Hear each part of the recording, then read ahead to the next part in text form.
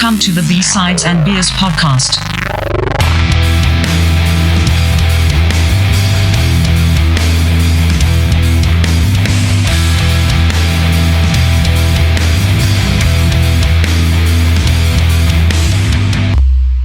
Welcome to B-Sides and Beers, episode 101. Tonight we're talking Nine Inch Nails, The Downward Spiral. What's going on?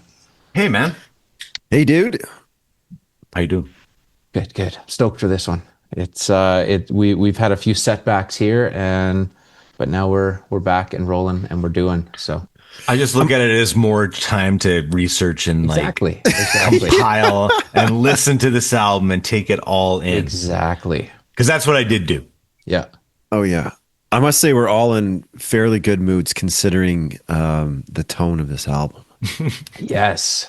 Mm-hmm. Yes. And I found too, the last week or so, I was kind of in that sort of headspace. So it just felt kind of weird going through that side of things in my brain, but also listening to the album. And yeah, it was like yesterday or whatever, I kind of came out of that hole and ready to rock. Nice, yeah, it's man. not an album that you want to like go deeper down with. Like it's, you know what I mean? You don't listen to that album and get yourself out of the hole. Yeah. Kind of thing. Yeah.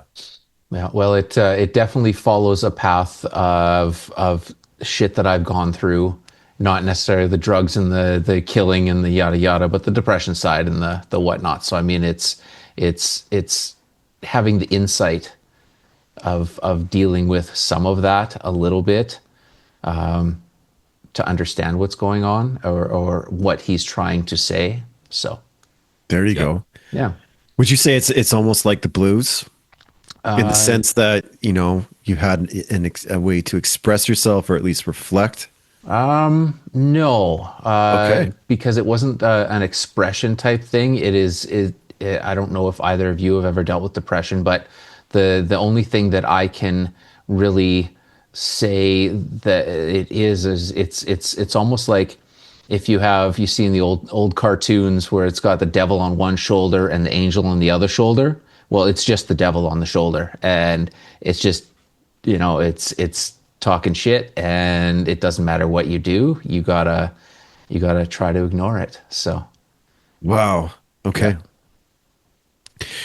Well, I have to say that I'm glad we're talking about this album. To be honest with you, when we first started or at least mentioned this project, it was really hard for me to get past the first, like, 15 to 20 seconds of the first song. It took me like a week. Wow. Maybe more. I think like 2 weeks, if I'm going to be honest.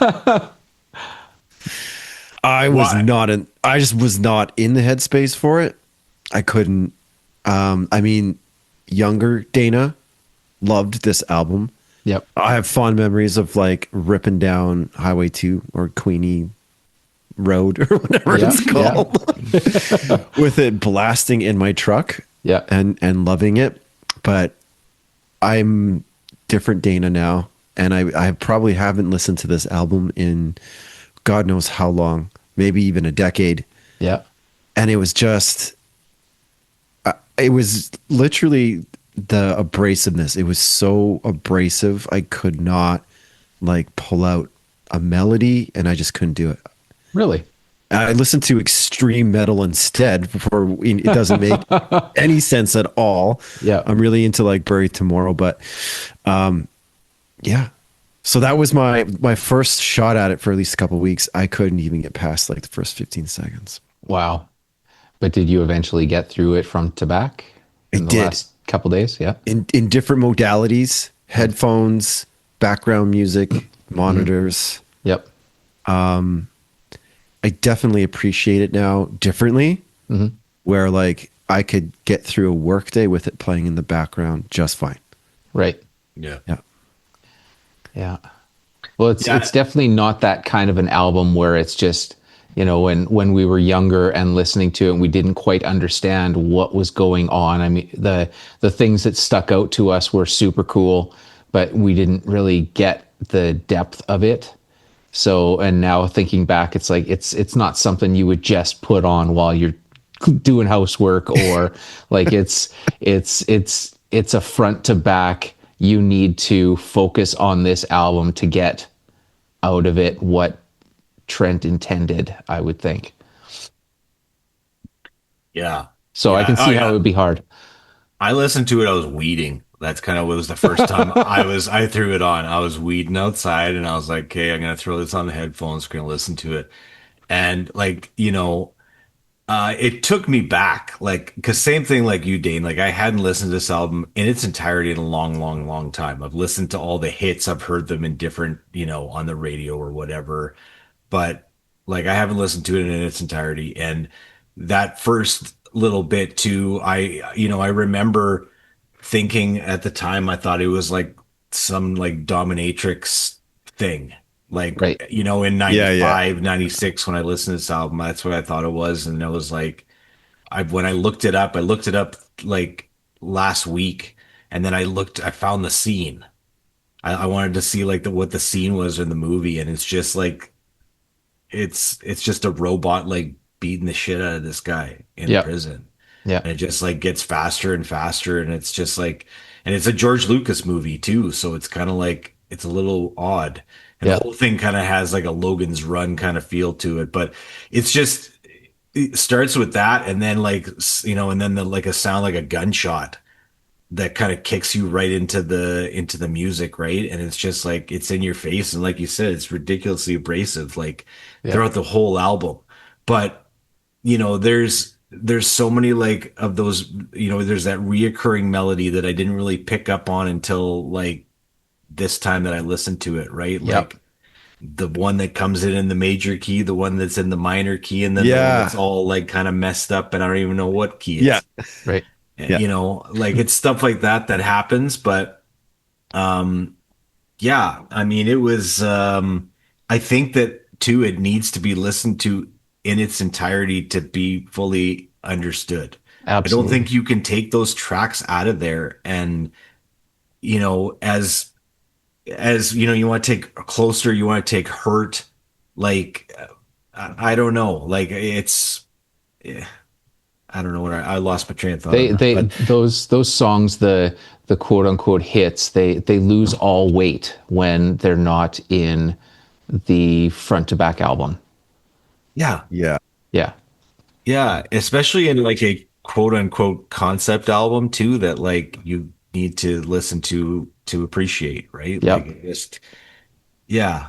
And like, reading a bit on like Closer and stuff like that. And, Trent Reznor didn't want to put that line in there. And, it was like, immortalized in every strip club ever since, right? Yeah. Like, how can you not think that that's going to be used for that? Like, that's going to be for sure, right? Totally. Yeah. The intention was never there. It was part of his progression and sorting things out while, just being caught in this loop of loss of self-control. So Yeah. Yeah. but then they have Closer, it's like you said, in a strip club next to a Madonna song or whatever. Yeah. It's like that is not at all what he intended.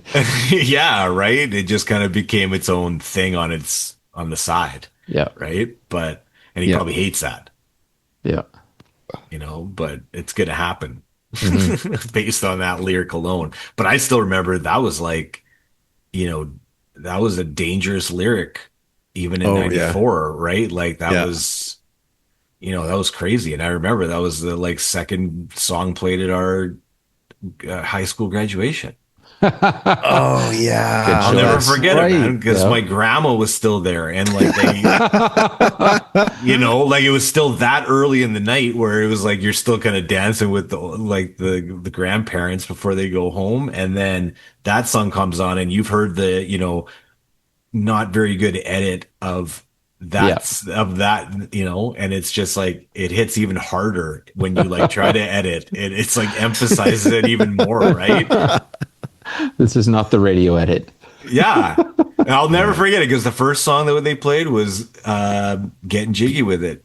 Was it? Yeah, it was Okay. getting jiggy with it. And why do I remember this? I don't know, but I just remember the closer and I remember the connection to getting jiggy with it and the early in the nightness of Yeah. that. Yeah.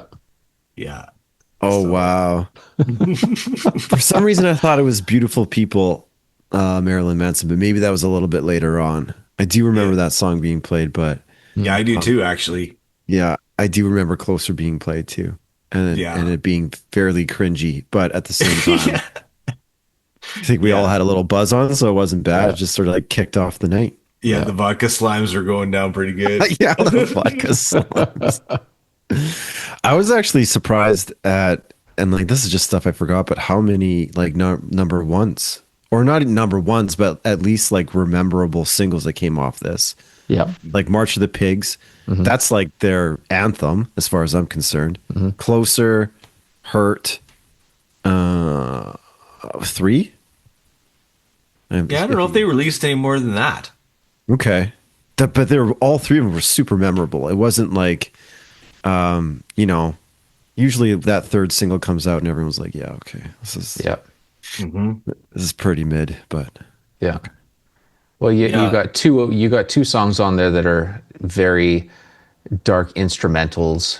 So I mean, that's never going to be on something. Reptile, they're never going to play that, and in any normal place. It's just it has to be listened to front to back. Otherwise, like I said, it just loses all meaning. right. Yeah. Okay. But Okay.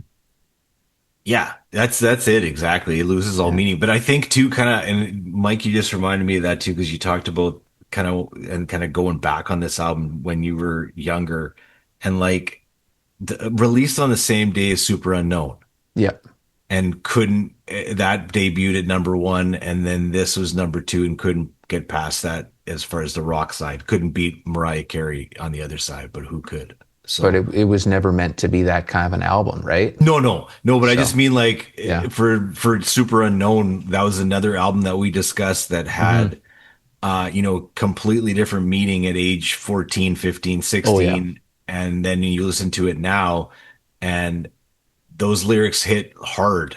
yeah, And especially maybe because, with what happened with Chris Cornell, maybe that was all part of it too, but hmm yeah, just like it was just a kind of connection between that when I read, that Super Unknown came out on the same day, and I was like, that's kind of crazy that this is like one and two, and yeah, that both those albums coming out at the same time.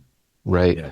And So it's also amazing too because this album is what, almost 30 years old, or yeah, is it 30 Yeah, now? 31. 30, 31 now, 31 years, and it's yeah. still a strong offering. Like it doesn't feel like it's aged.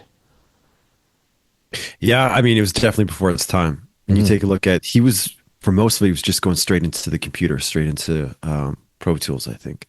And then like putting some audio to tape. Yeah, And mostly was so he could be messing around doing the sampling and Yeah. all the audio stuff that he did. well, it was a good mix of both because Pro Tools was so new that Right. the process from actually using it to editing it. I mean, you could set something up, you could record something, and you say, okay, I want to make this change. So you set up to make the change in the digital audio workstation, and go walk away and grab a beer for 30 minutes, or because you have to wait till because the computer or processing power couldn't handle it. So it just, instead of Pro Tools, it was Slow Tools. So Right. yeah, I've never heard that. yeah. Yeah, it's But it was like lots of definitely different instruments too, like as far as like ones that I looked up and stuff, and just different things I'd never heard of before. But I do have a hot fact for you guys, so if you want Ooh, one, hot facts. it's been a while. I only got Long one though. time. I only got one. Hot Yeah. facts. We'll take it. Okay, the Mellotron, one of the Mellotrons Yep. used on the album was owned by John Lennon. Yeah, that's Very right. cool. Yeah. So cool.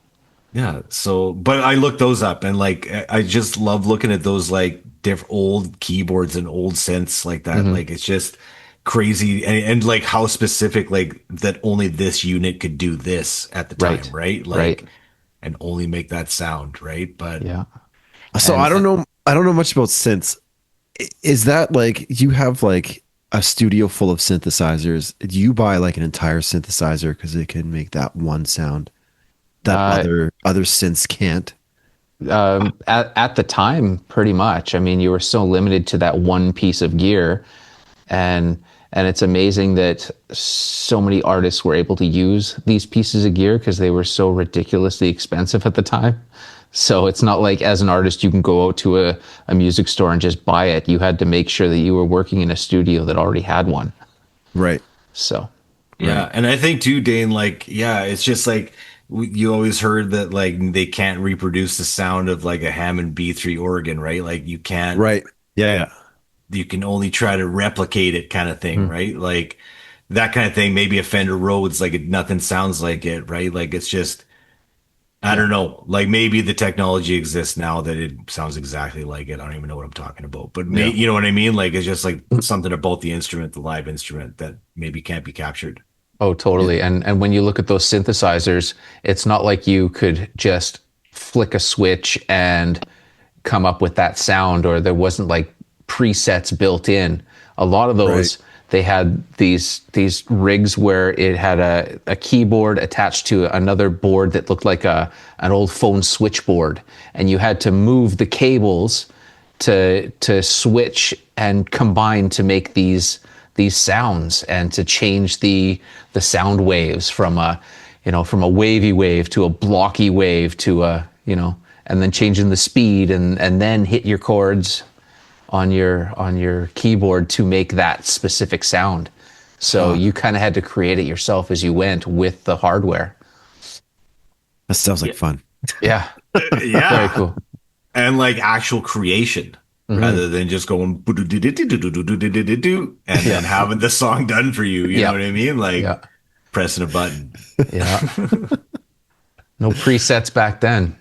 No. So not a chance. And it was very cool how Trent has always used technology, but not as a crutch, like most artists seem to, like how you were just saying, where you can just set this one rhythmic pattern and hit one key and it just, there's your whole song with the one thing. Like he had to use these technologies and learn how to use them to create these, which is unreal. And being, for the most part, a one-man band, especially on Pretty Hate Machine, but he had some help and whatnot with the rest of them. But it's just unreal. These things come out of one dude. Don't forget Robert Patrick, man. Don't forget him. Yeah. Richard Patrick. Sorry, Richard Patrick. Isn't that his brother? Patrick. No. Oh, his brother is T1000. I found that out like a couple months ago, and I was like, "What?" Hold on a second. Really? Yes. Yes. Holy shit! We didn't start the show with this tidbit. Are you kidding me? That wasn't your hot fact? No. I thought you guys knew that. Yeah. So it is his brother? His brother's. So what's Filter is Richard Patrick, right? Richard Patrick is Filter. Okay, and Robert Patrick, I believe, is T1000. Really? Yeah. and the guy from The Sopranos there. Robert Patrick. Yeah, that's him. Yeah. Yeah. Huh. And brother is Robert. Yeah. And Richard Patrick is his brother. There you go. Interesting. Yeah. Yeah. So what's the Filter 9 Inch Nails connection?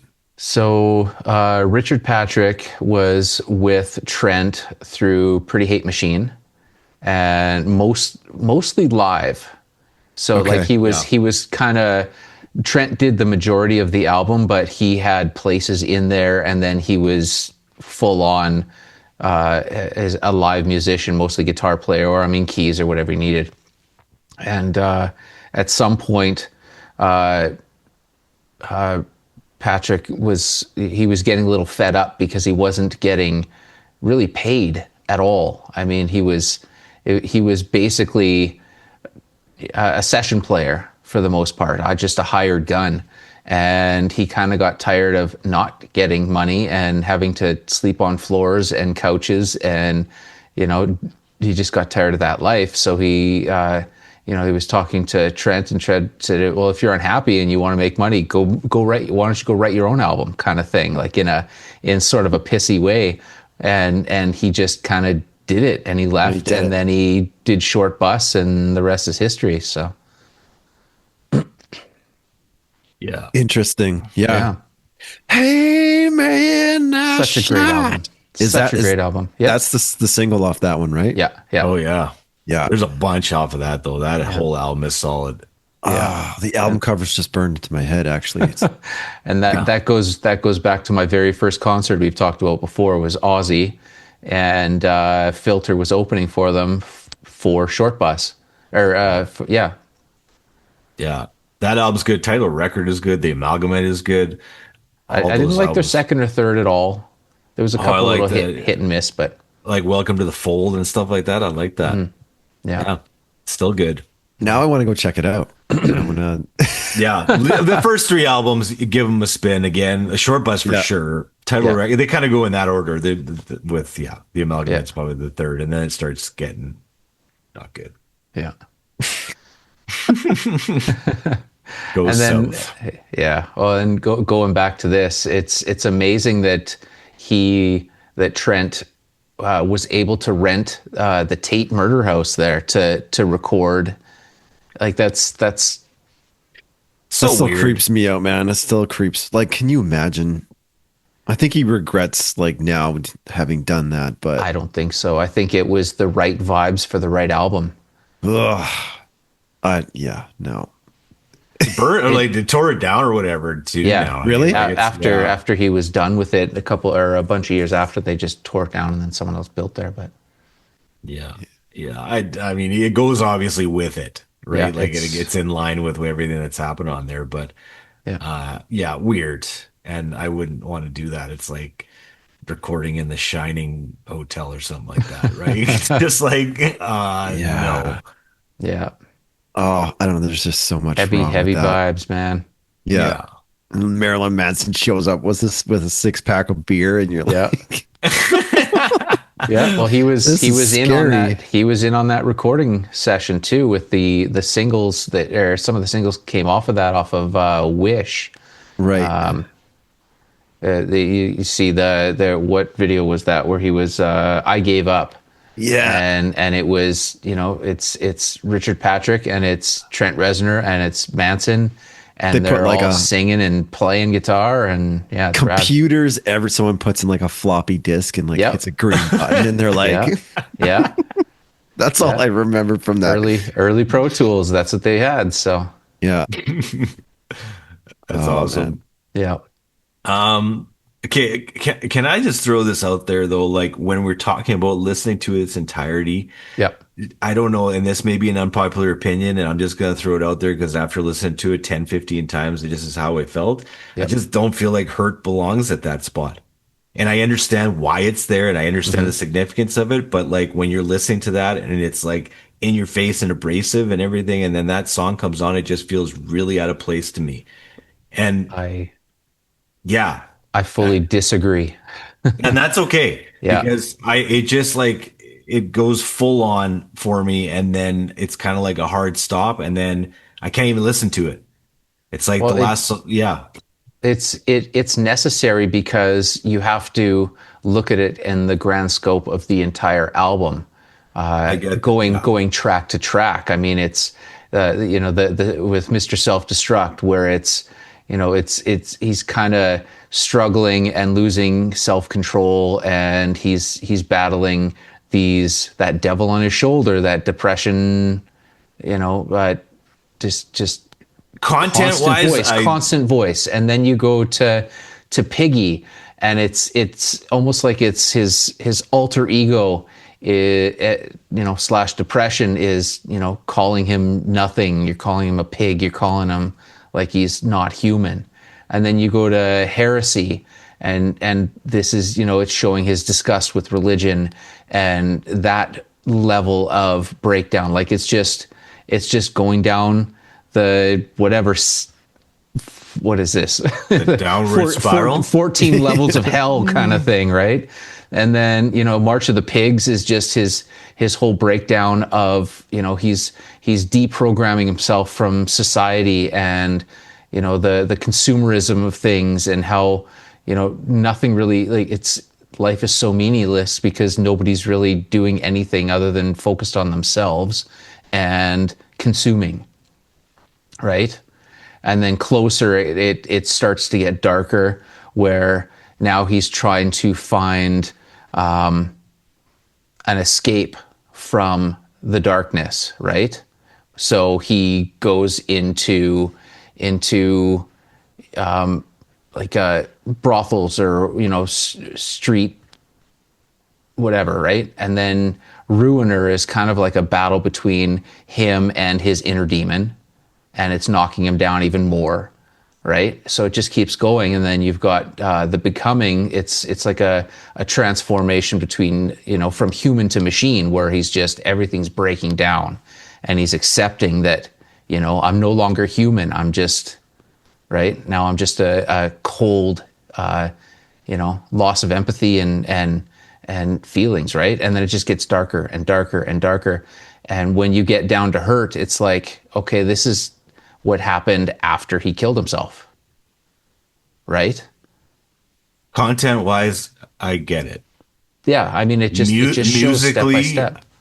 That's where I struggle. But that's because you've heard it too many times out of context, I think. I agree. That's what I'm saying.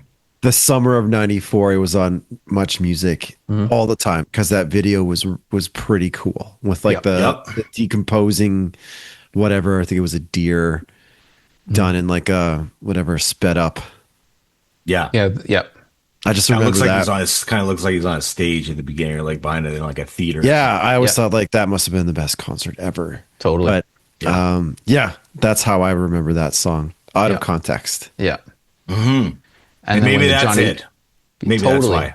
Yeah. Totally. And then I guess when you come back to it, it's like, sorry, I'm just going too deep on it, because it's the juxtaposition of it for me, because I'm just like, you don't want me to, I want to be as the full album, but when I hear that song as a release song and I hear Johnny Cash sing it, you know what I mean? It's just like, and then you could throw it in there. But to be honest too, like I've struggled when we go back to some of these albums, I've struggled to hear the hits in there. I don't know what it is. Maybe that's just me. And maybe it's just the placement of that album. But I should say too, that I think that they should have kept Dead Souls on this album too, because I think that also fits in there too.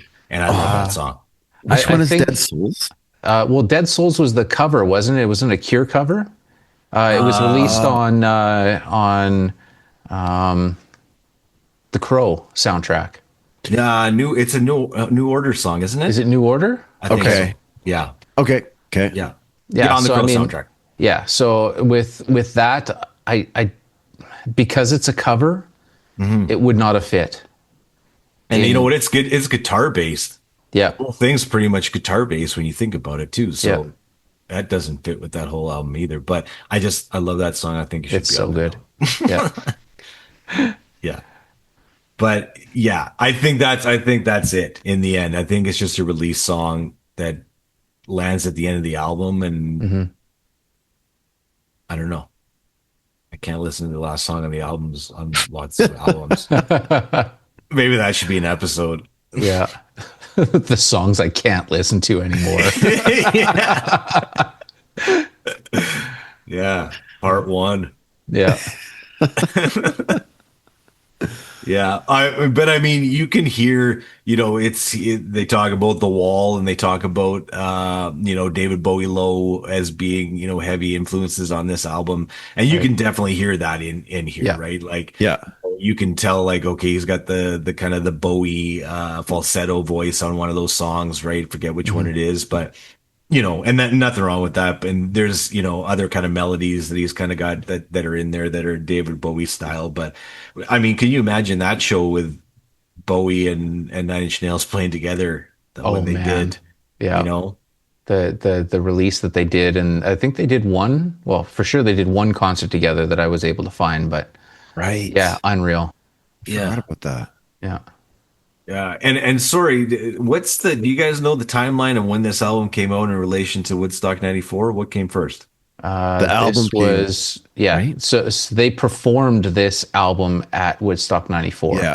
But was released already Yes. Yeah. at that Yeah. point. Okay, Yeah. And okay. So that's what made it so huge, was that performance. I mean, yeah. but the funny thing about that performance is they had so many technical difficulties that, all their cues, their pre-done cues, and just the timing of everything was so messed up, and the sound quality was so bad that they just ran through the whole thing, and it was more energy than actually playing the songs correctly. That's what I Yeah. remember. It Yeah. being literally a shit show. They were like covered in shit. Yeah, and and smashing before they keyboards. went totally, and before they went on stage, they decided to just go roll through the mud, because I mean it was full on mud stock, right? So, and then diving in these giant mud puddles that are also next to porta potties. So now you're covered in shit and piss and mud, and now you're going up on stage to do this, and then everything starts falling apart. So it was just mayhem. And who was the personnel for that show? Who played it that show? Like what band did he have? Do you know that? I don't know.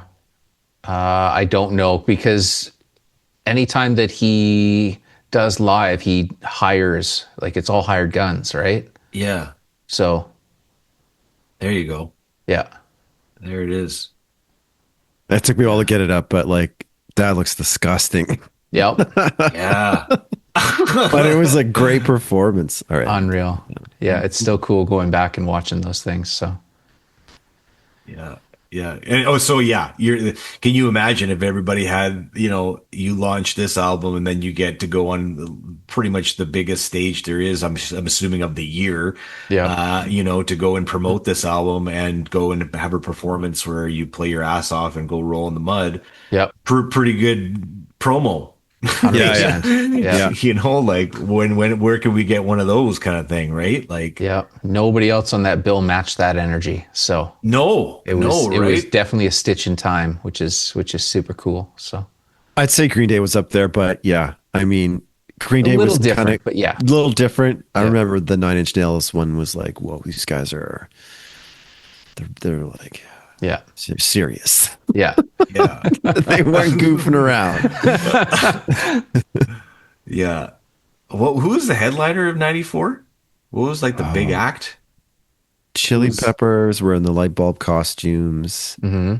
Oh man. We did a 94 episode and I don't even remember Should if we know talked this. about that, but I don't remember who was the headliner there. Spin But- Doctors, probably. Oh, they were, yeah. Back in 94. Blues Travelers. The Blues Travelers and the Spin Doctors. Yeah. Yeah, I'm going to look it up here because it's going to bother me. Blind Melon was, what's his face? Shannon Hoon was in a dress. Yep. Who else? There High was- off his ass. Yep. Yeah, I think he was on LSD. Totally. Okay, I don't even think you guys would ever guess this in a trivia because I wouldn't have got this. The Who closed out the festival on the third day. We definitely didn't talk about this in the 94 episode. James No. Brown. Oh, good He guess. was on there for a little. Yep. Good guess. It is a solo male though. Okay. I will tell you that. It's a solo male. If you care to guess, or yeah, I can just tell you. That's fine too. But Just tell us. he was okay. It's Peter Gabriel. Really? No. Yeah. He That's closed out the interesting. third day. Wow. Yeah, I would have never guessed that. So, but obviously, like, it was Metallica, Yep. Right. yeah, Nine Inch Nails, Green Day. Those are the highlights. But yeah, Peter Gabriel was your headliner for that show. So I don't know. There you go. Yeah. Yeah. Maybe that's why it landed flat too. Who Yeah. knows? Who was even there by that point though? That's the thing. Yeah. Who gave a shit by then? Everybody was completely burnt out and trying to get home. Yeah. He's talking about Salisbury Hill and shit. And his sledgehammer. And Yeah. yeah. Sledgehammer. Get out of here. Yeah, get out of here. That's the going home song. Yeah. It's closing Yeah. time. You don't you don't have to go home, but you can't stay here. Mm-hmm. Yeah.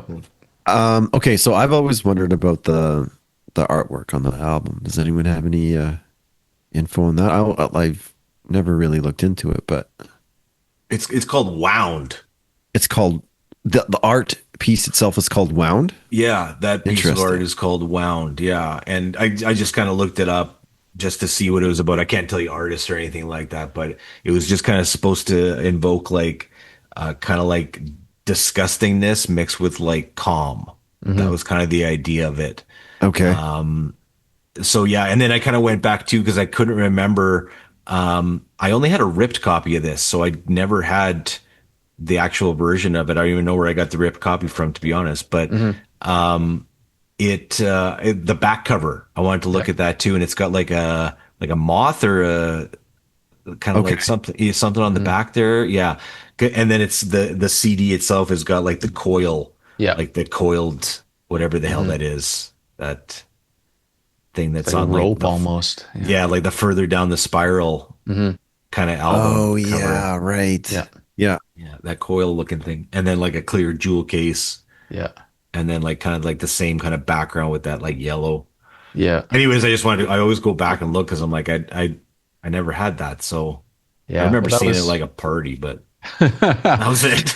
Well, this is one of those bands where I remember the very first time I heard of them. There was a guy in my junior high, one of my classes, and he was like, he had his Nine Inch Nails T-shirt, and he had like the fishnet sleeves and the black and the whatever, and I asked him about it and whatever, and then I ended up seeing it on Much Music, and then after, I don't know, this would have been probably late 90s. I revisited all of it and got so deep into it. And back when you had to actually track down the albums and you had to track down the singles and the special releases, I started collecting all of the Halos. So each album, every release Trent put out had a different Halo number, including the singles and the full albums. And I dug this out. This is Halo 14, I believe, 12 or 14. Which one is this one? 12. And it's the VHS, the double VHS for Closer. Cool. So, yeah. You still have it in its original pack, like I plastic? got everything, man. Yeah, it's a slider deal. Oh, I see. Oh, wow. I thought it was still in the shrink Like you wrap. hadn't opened it yet. No. So Okay. now I got to find a VHS player so I can actually watch it again because I haven't seen it in like 20 years. But a VCR. yeah, Need one of them. Yeah, and did you? I mean, I listened to, like, I had Further Down the Spiral. I had that one. Yep. Brilliant. And yeah, and then, I mean, we talked about Quake. Yes, the Quake Right? soundtrack. I Yeah, have that. Yeah, unreal. And playing Quake, and I kind of forgot that he did that. And I was still listening during, like, at the Fragile. I was still there too. Yeah, Fragile was amazing. Yeah, I thought it was a great album. Yeah. And it still holds up. And then even like the mixes and singles that came after, Things Falling Apart. That, like, where it takes a bunch of the songs from Fragile and just really changes them into like full on electronic, like almost kind of a dancey vibe to it, but it just really changes things. The one I fell off with, I got with Teeth. That's right. Year Zero was the last one that I bought. Right. Yeah, Year Zero was good though. I like that album too. I remember. What's Yeah, that? so go ahead. Don't go ahead. Go ahead. I was just gonna say, I remember when With Teeth came out, and the word on the street was he was sober, and that's why the album was kind of boring. And that was it. It was like, Trent Reznor's sober now. Everything that's after the Fragile became, it was Yeah. the energy was different. Yeah. It was just tame, and it got to the point where it just sounded like he was bored and he didn't have to try anymore. Because he put out all this amazing art, and it got to a point where it's like, well, anybody that knows my work knows it's amazing, and every generation after that can just go back to these albums. And Yeah. I'm not in the same rage, depressed, drug state. I don't have to prove myself anymore. I'll just put out and make a few things. And yeah, and it's tough to like maintain that image Totally. for a long time, right? Because then it just doesn't hit as hard anymore, and you're just like, okay, yeah. Try something new, man. Yeah, let's do something different now. Yeah. But then after, he starts scoring music for Disney, and it's brilliant as well, completely different. But also, he did the entire soundtrack for Soul, I think. Okay. Which was, I think, a 2020 release. Anyway, really good. I should say Pixar.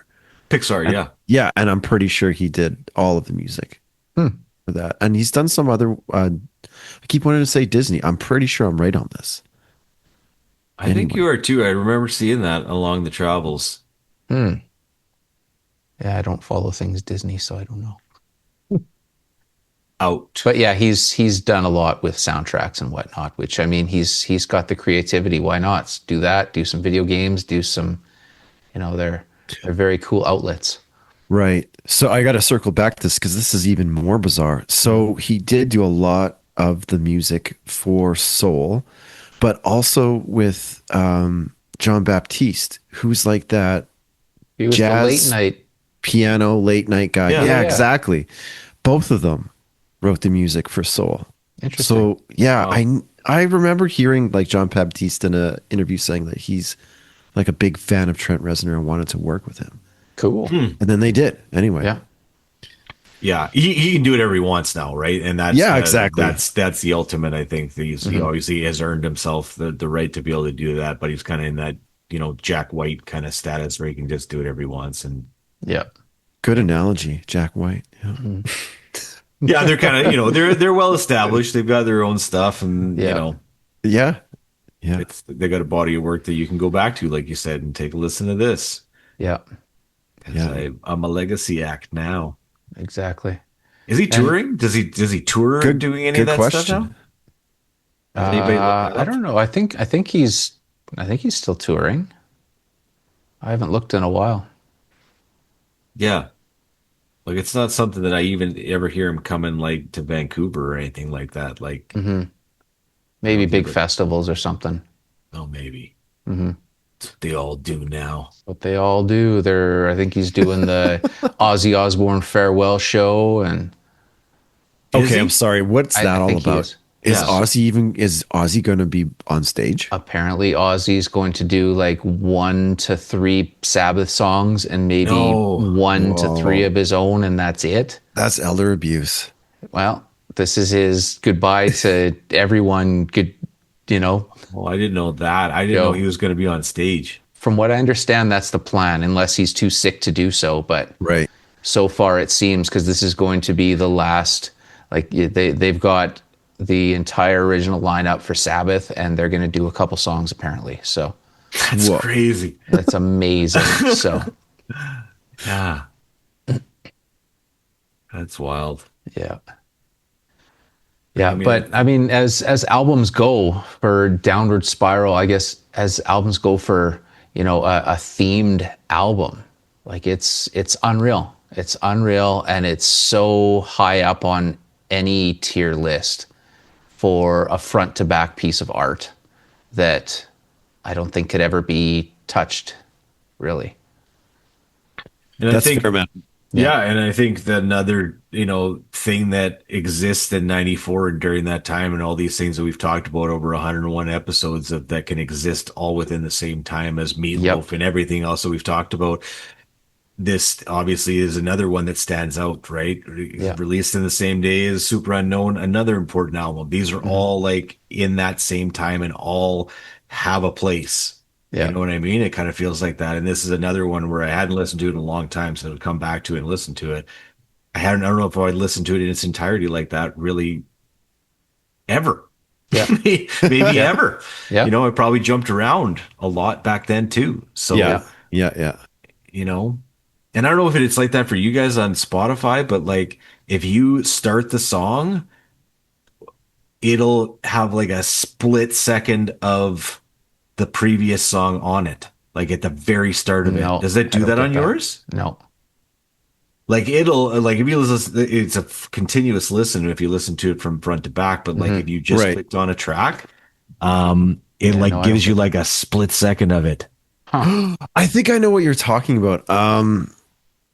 Yeah, I'll have to like try that after this podcast. But is that on every single song? Nope. Yeah, Nope. it's It only on a doesn't. couple. It's only on a few of them. I'm just trying to listen to it in my headphones to hear which one it is. But Yeah. anyways, it doesn't Interesting. matter. But yeah, I was like, I don't know if that's on purpose to tell you that like you should be listening to this all the way through. Yeah. 'Cause How about you listen to the whole thing? you just missed something there. You got to Yeah. back it up. You got to. How about you listen to the whole thing with headphones? Yeah. Yeah. And I guess to like just to compare it to we talked about the later albums, but just to compare it to the previous albums too, it seems like a natural progression. It's not like it's a really kind of like a totally different sound, I should say, but like you know what I mean. It's still within that vein. It kind of feels Right. of the previous stuff. Yeah. There, even broken Yeah. too, right? It's kind of all within that, but it just takes it to the next level. It feels like. Yeah. Well, it was, it's amazing second album. So, Yeah. Right. yeah. Yeah, it's a pretty good second offering. Yeah, I wonder Yeah. how many bands can say that their second album was the best. Yep. Maybe lots. I don't know. Maybe lots can. I can't name a lot. No. But I wonder what's better though, the second album or the first album. I wonder who's got more. You know what I mean? Like which one's better? I don't know. I'm definitely calling it the second. So, Yeah. although I love Pretty Hate Machine, but you can tell that it was just one guy doing something and then he evolved massively. Yeah. There's limited resources, it feels like, on that first album too, right? So Yeah. but use whatever you could, but it sounded amazing too. But yeah. No. Good pick. Excellent pick. Yeah, Yes. definitely. Yeah, it's good to do an album again too. Oh, Yeah. we're back to more. It's fun to just focus and pinpoint, right? So, Yeah, and listen to it again and again and again, or not. and again and again and again. At first, I was scared, but then I actually got through it. Yep. Well, I'm glad you did. Yeah, it's a journey. You got to like. It's not something you just 100%. jump into lightly, right? Like it's not. Once you're in. You're strapped into the ride for the whole thing. Yep. Feels like, right? Yep. So Yeah. All right, kids, don't follow the path of the album. Take your Zoloft and life will be good. There you go. the more you know. The more you know. Dun, dun, dun. Yeah. All right, we want you guys to subscribe, share, and review this podcast. Keep it going, keep it strong, because we're having a great time entertaining you guys with B-Sides and Beers podcast.